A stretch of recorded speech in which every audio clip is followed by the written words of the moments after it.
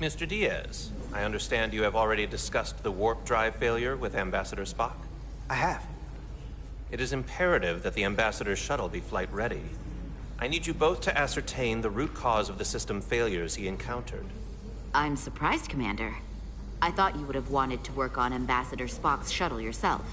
I respect the Ambassador and his many accomplishments, but I do not derive any satisfaction from interacting with his shuttle as if it were somehow transubstantiated through its association with him.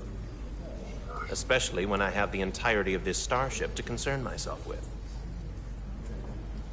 I am not the chief engineer of this shuttlecraft. The Ambassador asked me to take a look, and I'm ready to crack this thing open. Good.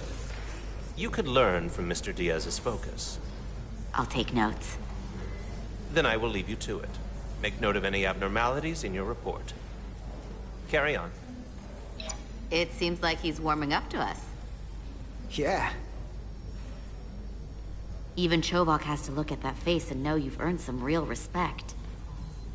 And I have to admit that I owe you one. You were right to make me go first. I don't know what I was thinking. You did the smart thing. You've pulled me out of trouble how many times? Call it even. Okay. At the very least, maybe I can track down that bottle of Saurian brandy you're still on the hook for. But first, we have work to do.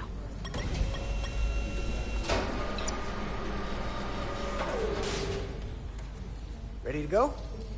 All set. Let's run the diagnostic.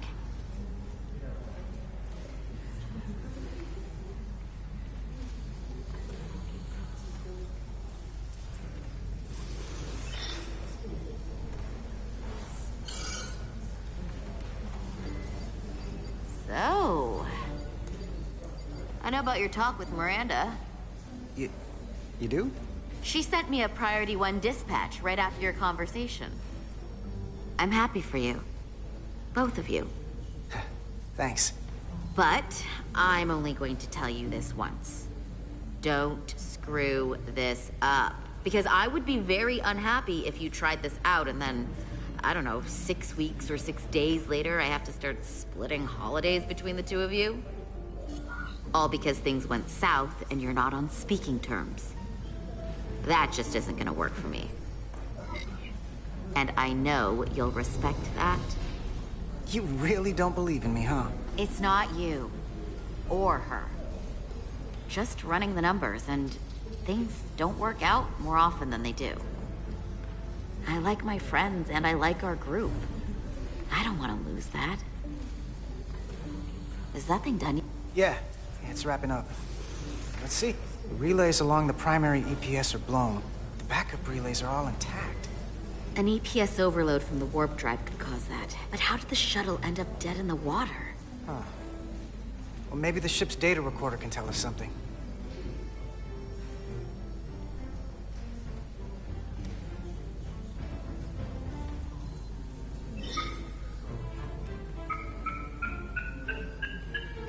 Here. They were only about 8 minutes from their plotted warp point. No faults, just those warnings. What are they?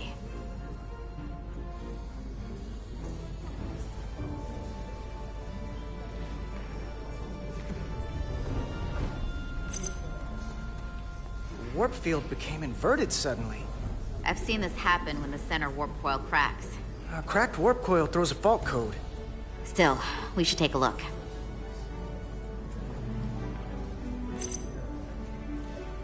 There was a complete warp cascade failure. Wow. They're lucky the shuttle didn't turn inside out.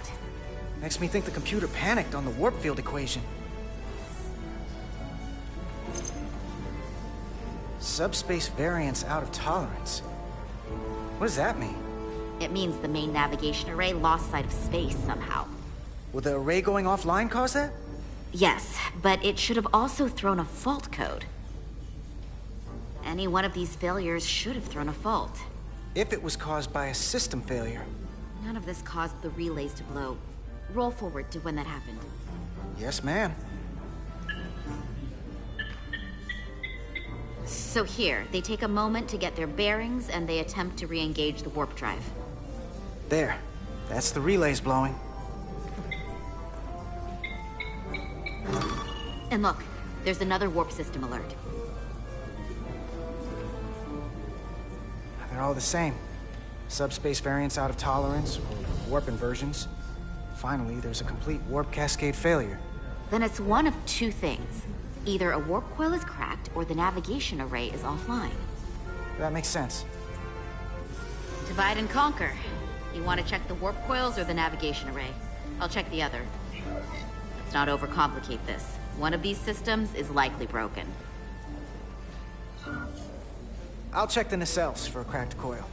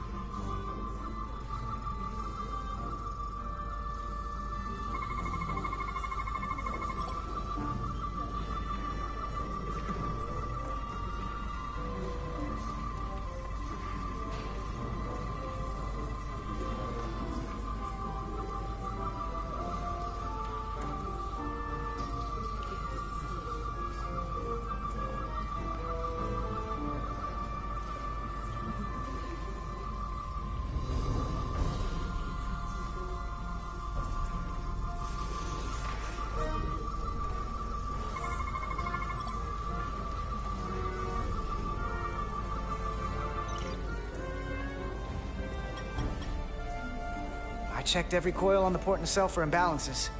If any coil in either engine were cracked, I would have detected it. So, it must be the navigation array. Except it's not. Checked and double-checked.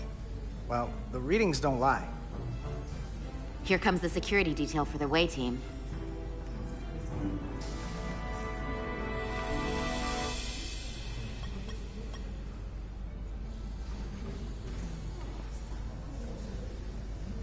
Hey. I'm not here. We're escorting the negotiating team to the surface as soon as they come down from the bridge. I don't want to interrupt some important work. I was just hoping to see you before I go. The captain and the others will be here any minute now. Should be an interesting ride down to the surface. Come on, I'm never too busy to make time for you. That's not true. No. But I am glad you came by. No, that's more accurate. I gotta be precise with you, huh? Hey, Maris. Aren't these those button pushers you're always hanging out with? And you're the phaser jockeys we always beat in Parisi squares, right? All aboard for Hotari. That another one of the captain's railroad things? Gotta be. I just usually zone out by the time he gets to the whole, steam engines were the warp drives of their day part. Catch y'all later. You don't want to miss your train. I do have to go.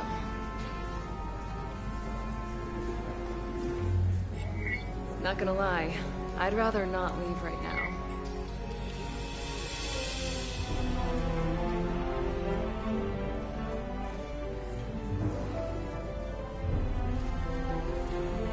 was nice.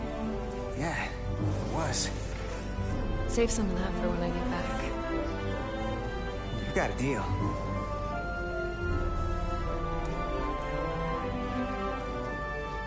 Be seeing you.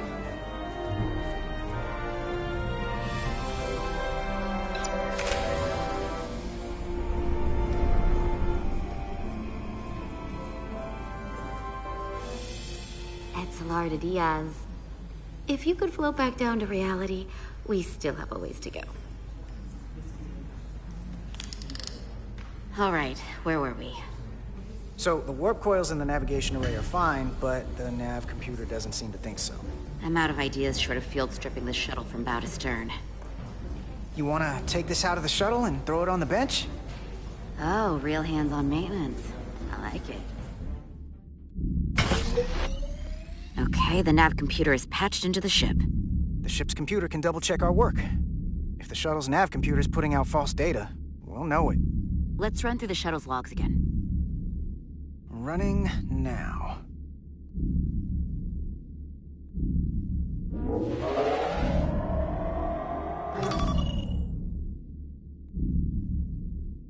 Same. Warp field inversion and a cascade failure. However, the Resolute computer doesn't show the same subspace variance. We're in the same conditions that the shuttle was in when it failed. Why wouldn't the ship's computer get a matching result? What if the subspace variance was a momentary occurrence? That's a possibility, and it would explain why the simulation under our current sensor readings failed to reproduce the issue. But a subspace anomaly strong enough to cause a warp field collapse would leave graviton ripples for days. Let's run with the momentary subspace variance theory for now. Roll forward to the shuttle's attempt to re-engage the warp drive. We need the conditions of space around the shuttle at the moment of warp failure. Resuming simulation.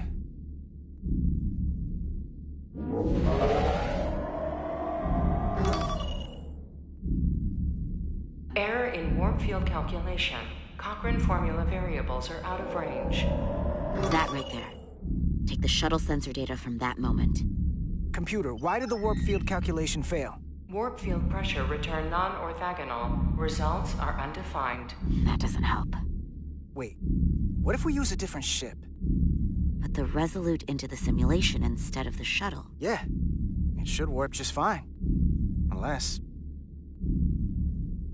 Computer, run the simulation with the Resolute. Resolute simulated.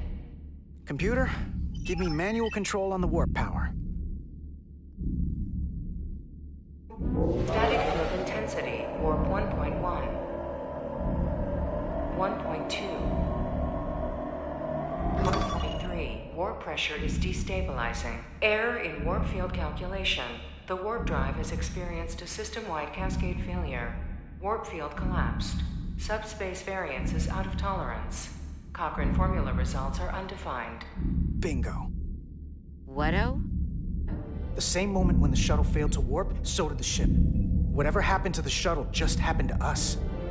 The Resolute will not sustain warp. We can't leave Hotari space.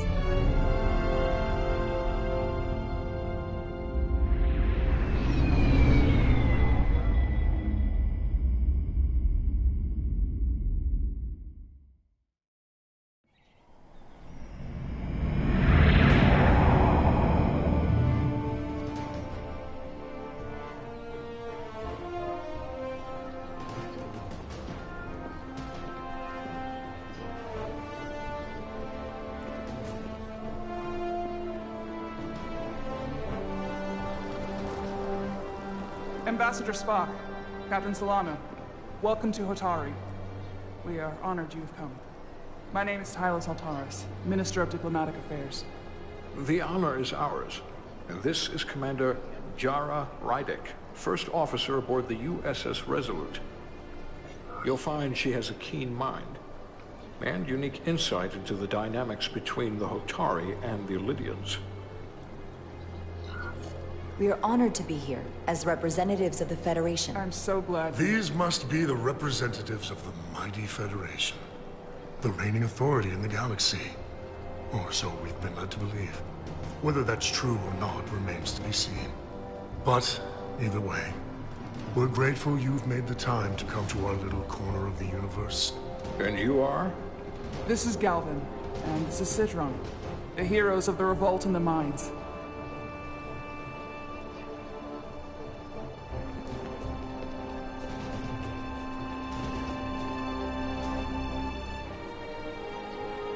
Let's hope this is the last time we ever have to come here. If you'll excuse me.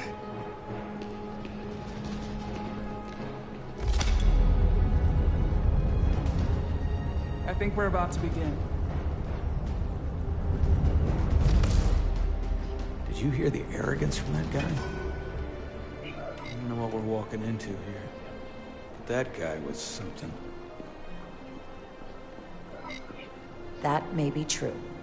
But let's keep an open mind going into the negotiations. Hopefully he's just one voice amongst many. Then let's hope he's the outlier. The Hotari have invited us as their guests, so we must show them the proper respect.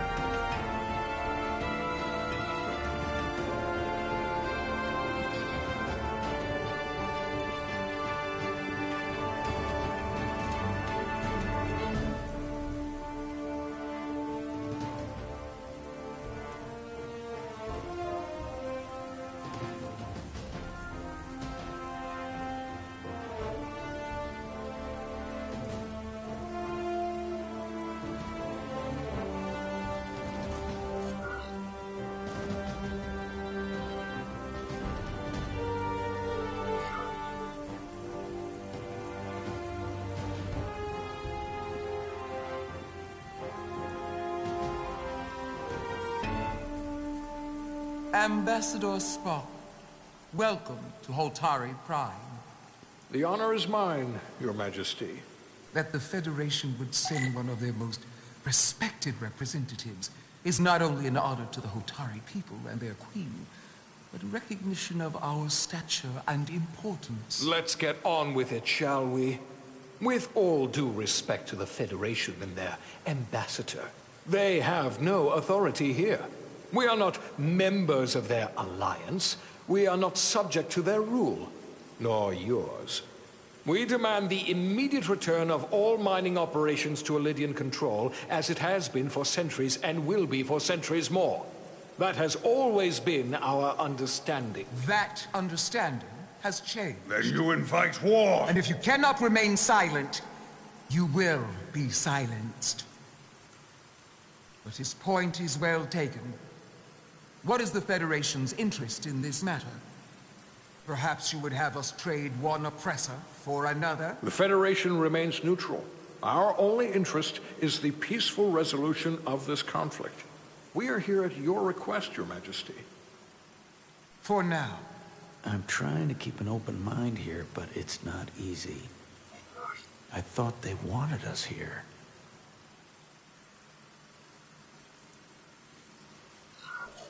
Was there something you wanted to say, Captain? Oh, no. My apologies. And what about the Kobliad? She's not part She can speak for herself, can't she? Then let her.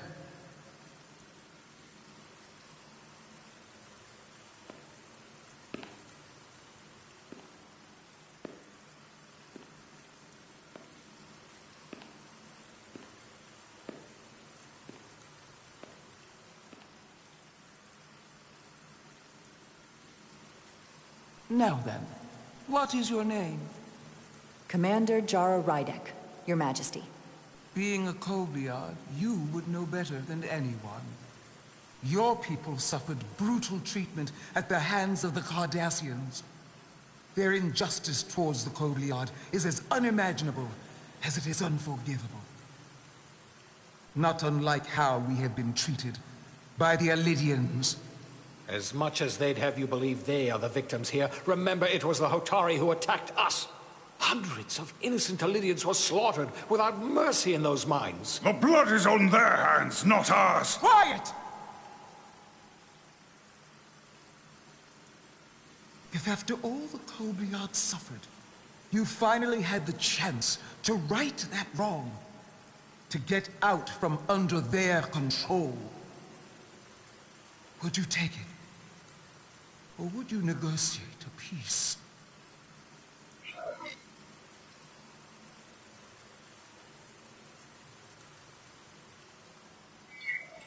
I can't speculate on something that never happened, Your Majesty. Sadly, that opportunity never came for the Kobliad. No, it did not. But we'd be wise to learn from their example, before we too find ourselves facing extinction. The Federation is the most powerful, most advanced alliance in the galaxy. It's widely known we have an abundance of dilithium in our mines. And it's in your interest to secure a steady supply. Your Majesty, if I may. Ambassador Spock would have us believe you're here as a neutral party in the interest of peace. So why are you really here? I want the truth, not your Federation rhetoric.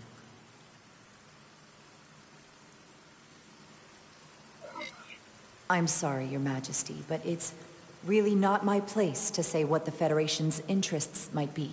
You are their representative. I am. But Ambassador Spock is better suited to address your concerns. What they haven't said, but cannot deny, is a simple truth. The dilithium trade would not and will no longer exist without a Lydian involvement. We created it for the benefit of everyone, especially the Hotari. We've given them warp technology. We've let them share in the profits. We've made their lives infinitely better than before dilithium was discovered. All of that goes away if the Federation turns a blind eye to their treachery. That is enough of your lies! The Hotari are quite capable of running the mines. We've done so for centuries. So tell me, who deserves control of the dilithium trade and the mines on Tau? Who should the Federation recognize? The Hotari or the Lydians? It can only be one or the other, not both. If I have to choose only one, then it would have to be the Hotari. Well said. How could the just and wise Federation make any other choice? This is an outrage. The Federation has lost all credibility. The mines are ours. Lydia will not be deterred. We will take back our mines by any means necessary. And you will see more blood spilled. I am more than willing to address your concerns, Your Majesty. Yours as well, Representative. But I suggest we could have a more productive conversation with a smaller group. Perhaps only the most essential representatives.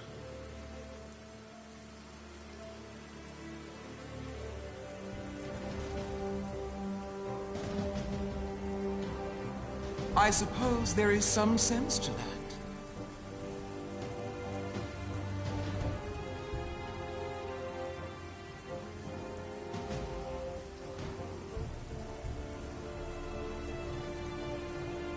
I hope we meet again, Jara Ryder.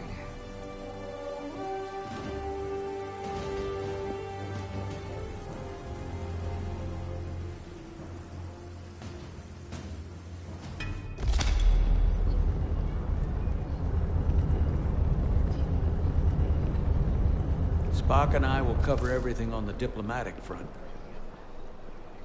You make nice with the locals and see if you can get some answers. We need to find out why the Hotari are so willing to risk war. What happened in those mines?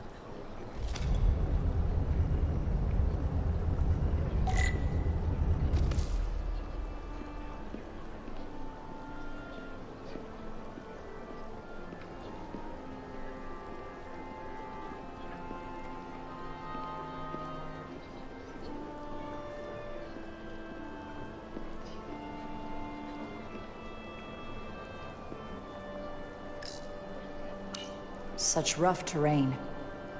No wonder the Hotari are so tough.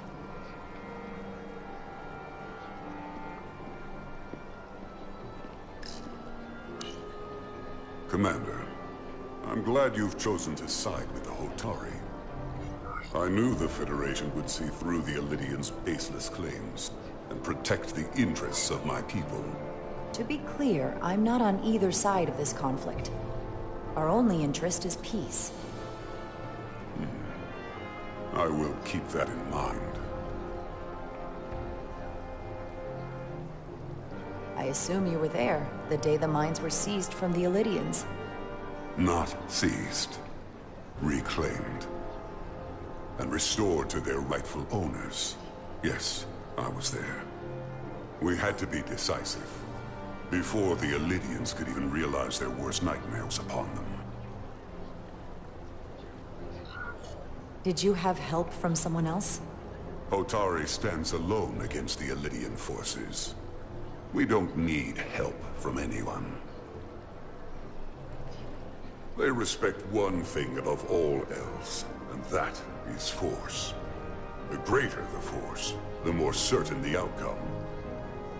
Any talk of making peace is just that, and worth little without the strength to secure it. Which makes me wonder about your ship, the Resolute. Undoubtedly the Federation's finest warship. Ready to contend with anything the Illidians might have in store. Or is that not true? Maybe I've misjudged it. It wasn't designed as a warship. More for scientific research and exploration. But the Federation must have ships designed for war. Technically, they're Starfleet ships representing the Federation. But yes. I see. Sidron. A pleasure meeting you, Commander. I'm sure we'll cross paths again.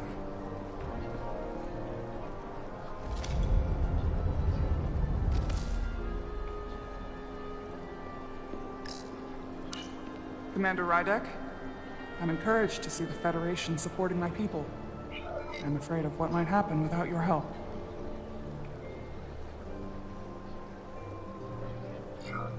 If anyone deserves thanks, it's Ambassador Spock.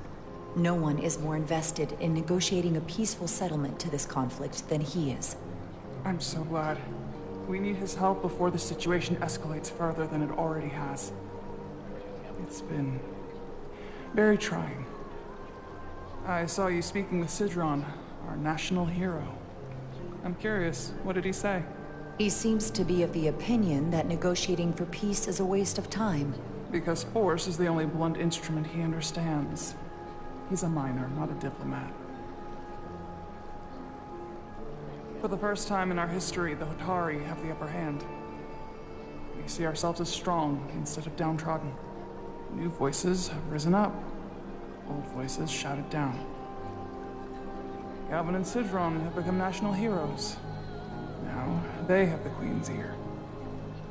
Better or worse, depending on your perspective. I get the sense you don't exactly trust them. I don't trust their instincts, which are leading us to war. My fear has been that the Illidians will launch an attack and crush us. You've seen their starship, no doubt.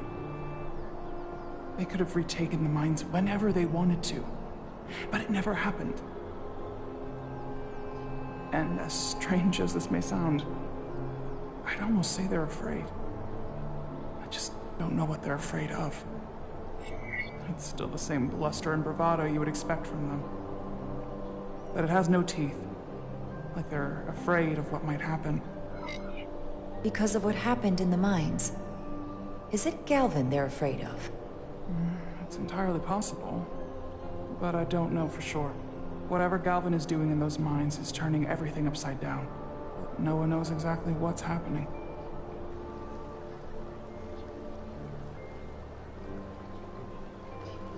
Since the day of the revolt, Galvin has seized control of the mines and restricted all access. No one's allowed without his personal authorization. And they've taken over a section of the palace with just as much secrecy and security. I'm told it could be something they brought back from the mines. I've made inquiries, but everyone pretends it doesn't exist. I strongly suspect they're hiding something. Why would they do that? I don't know. But that's what concerns me. Whatever they're hiding, it can't be good. How can we know?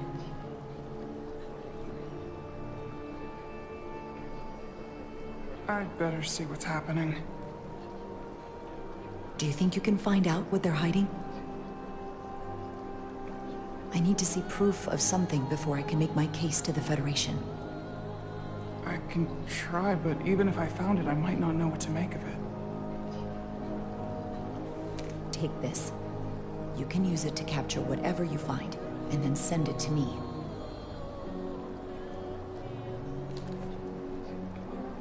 Thank you. I will let you know what I find. And I look forward to our meeting again.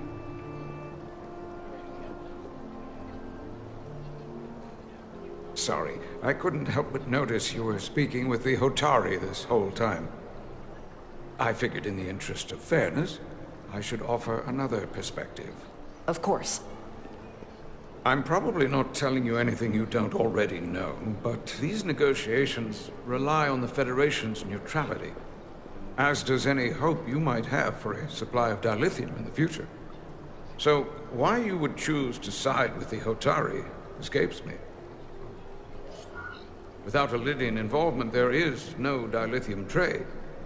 But clearly, you weren't aware. We are and will remain completely neutral. Our only interest is the peaceful resolution to this conflict. As is ours. Of course, the question is, at what price? Major Salit Arminta, Special Attaché, Lydian Armed Forces. Pleasure to meet you, Commander. I have my issues with the Hotari, but I have to give them some credit. They know how to seize an opportunity. Inciting an uprising the same day as a massive, once-in-a-lifetime ion storm. Our assumption was that this storm was just an anomaly. Yes, a very convenient anomaly. At least, that was what we were told. Of course, I wasn't there. But who am I to say otherwise? You sound skeptical. Well, the official story is that it was the storm that enabled the revolt. How else do a bunch of unarmed, unorganized miners seize control of an entire moon, much less thousands of mines? But I've talked to people who were there. They tell a different story. They say they're lucky to have escaped with their lives. That it was more than just the storm. That somehow the miners were able to harness the energy from the storm. I know it sounds crazy. I'm not even sure I believe it myself. But that's what they said. You said the Hotari were primitive. Well, they are. Except for the part about weaponizing ion storms.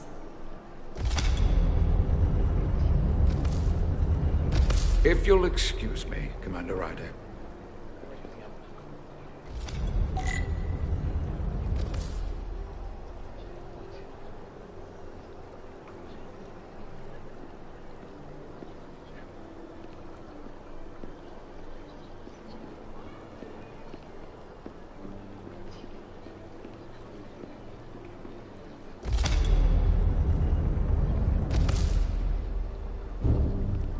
Well, that was a disaster. What happened?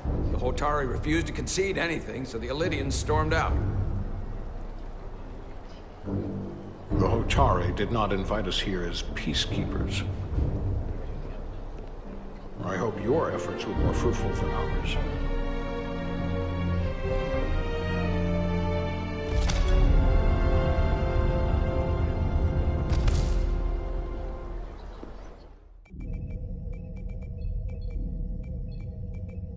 Gravitational harmonics failing to resolve. Warp bubble stability degrading. Increase output to maximum. Increasing warp output to maximum. It's happening again.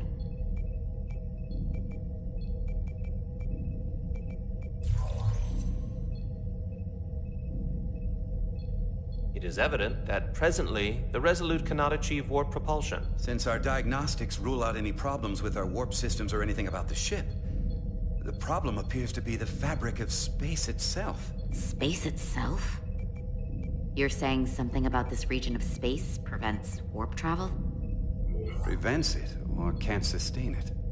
However improbable, that appears to be the case. We need to know more. The storm didn't stop us from leaving space dock and traveling here. But could it still be causing this interference with warp travel? We must follow sound investigatory principles. Do not let an assumed conclusion drive your analysis.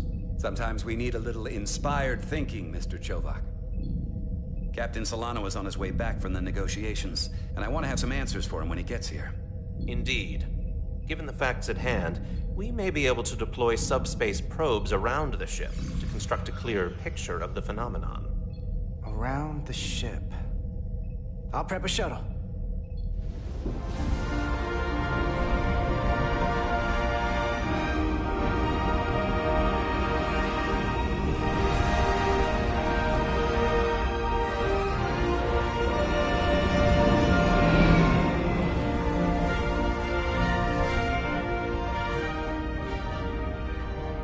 Setting up a waypoint at a distance roughly corresponding to the edge of our warp field. When we get there, I'll deploy the first probe.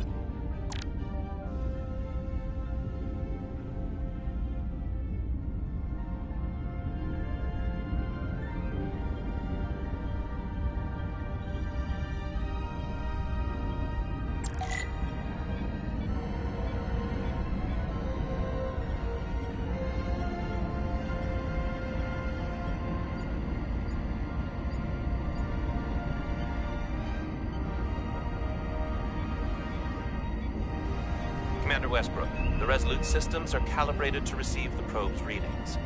We are standing by to reproduce the warp field collapse after the first probe is deployed. Thank you, Mr. Chovak. We'll be in position shortly. And, Mr. Diaz, do take care in piloting the shuttlecraft. Now is not the time to indulge in the human penchant for joyriding. Chovak probably isn't such a fun guy to work for, huh?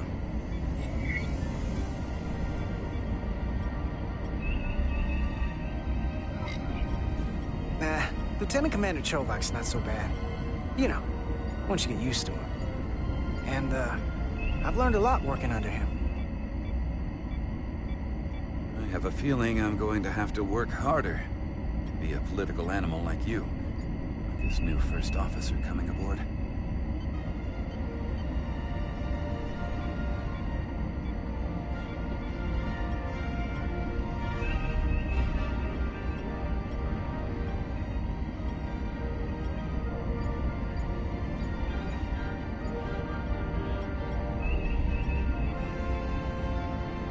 This is far enough.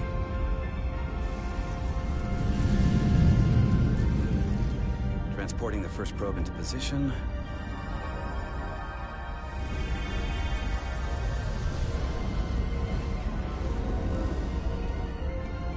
Westbrook here. The first probe is deployed. Understood. We are reading it. We are about to replay the simulation.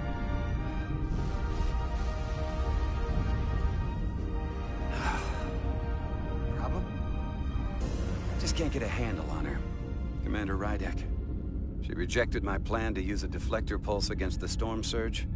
But on the other, she did listen to my advice and use the whole polarity trick to get you through that excursion alive. I'm not saying there's anything wrong with the new XO. I'm sure she's a fine officer, even if we don't see eye to eye. But she didn't go through what the rest of us did. You know that. And it's hard to figure out why she'd be the one Solano chose instead of, well, one of us. I've heard some good things. You should at least give her a chance. I'll take that under advisement. Test is running. Warp field collapse in 3, 2, 1, mark.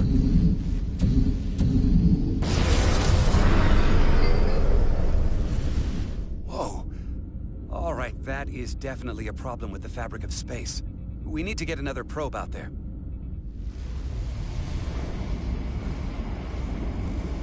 With 2 points of data, the Resolute and the probe, we've managed to get an interference pattern. I'm setting a waypoint to a particularly strong area of interference. We'll deploy the second probe there.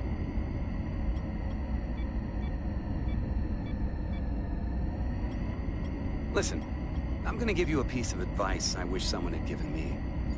Make sure you're never just one thing. And don't get so focused on what's in front of your face that you lose sight of the big picture.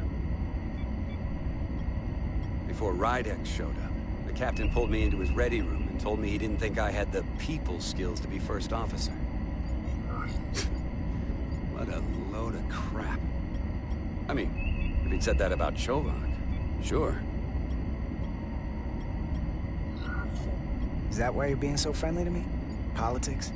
That would be clever, but I think you give me more credit than the captain does. You're all right, Diaz. And you've got potential. You're a capable engineer. You're good in the field. Keep up the good work, and who knows? A solid jack of all departments like you could be Commander-in-Chief of Starfleet one day. Hell, Admiral Jellicoe started as a shuttle pilot. And there are places to go in the enlisted ranks, too. I don't know. I'm pretty happy where I am. You must be a glutton for punishment. Lieutenant Commander Chovak has been known to take decades to warm up to people.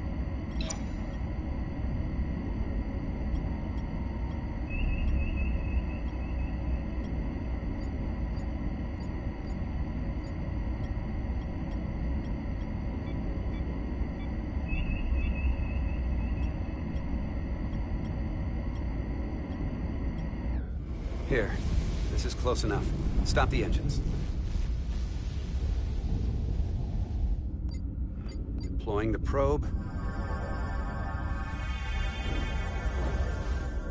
Westbrook to Commander Chovak. We're ready for another sampling of data. Very good. Running the simulation again. Warp field collapse in 3, 2, 1. On. There it is again. I saw it. It seems to be directional. Well, what about the scans? Anything?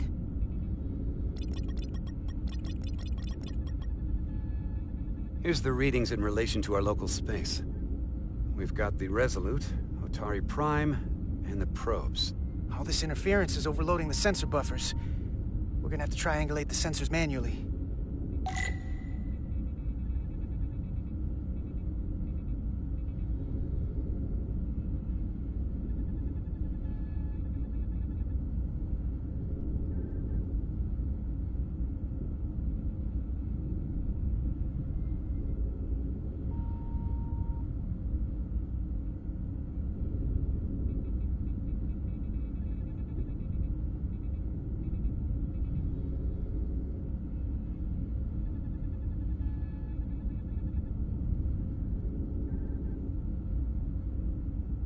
Got something. These markers indicate peaks in the gravimetric interference patterns. Let's see if I can find some more.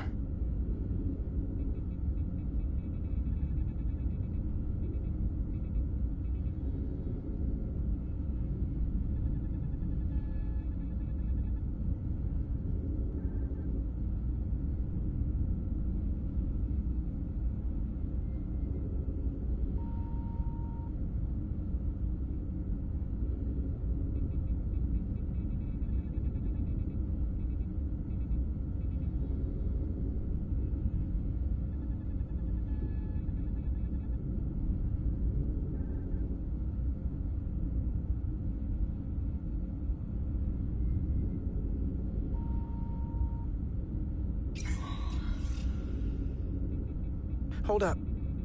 This is coming from the moon. A beam that blocks warp travel. Aimed right at us. Someone is doing this intentionally. I don't know how they're doing it.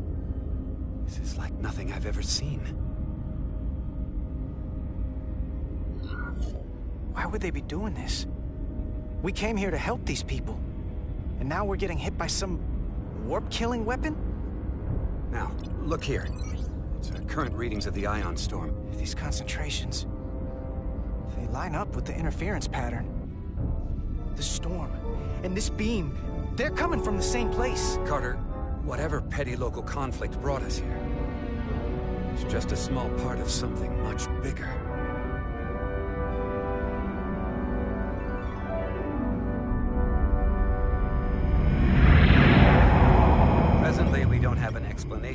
how they're doing